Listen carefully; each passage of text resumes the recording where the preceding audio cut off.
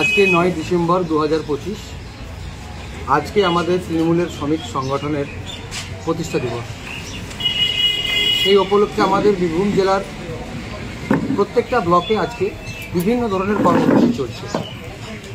আজকে আমাদের নলহাটি 2 নম্বর ব্লকে আইএনটিটিসির পক্ষ থেকে আজকে রক্তদান শিবিরের আয়োজন করা হয়েছিল এবং আমরা যারা তৃণমূলের নেতৃত্ব, ব্লক নেতৃত্ব, অঞ্চল নেতৃত্ব, আশেপাশের প্রত্যেকটা গ্রামের যারা তৃণমূলের নেতৃত্ব এবং সাধারণ মানুষ এই শ্রমিক সংগঠনের ডাকে যে রক্তদান শিবির তাতে অংশগ্রহণ করে রক্তদান করেছে, আমাদের সঙ্গে থেকে আমাদেরকে উৎসাহিত করেছে।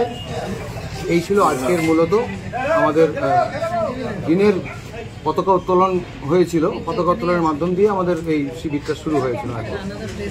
তো খুব সফলভাবেই আর কি এই কর্মশালাটা আজকে আমাদের রক্তদান শিবিরটা কমপ্লিট হলো। কতজন রক্তদাতা ছিলেন?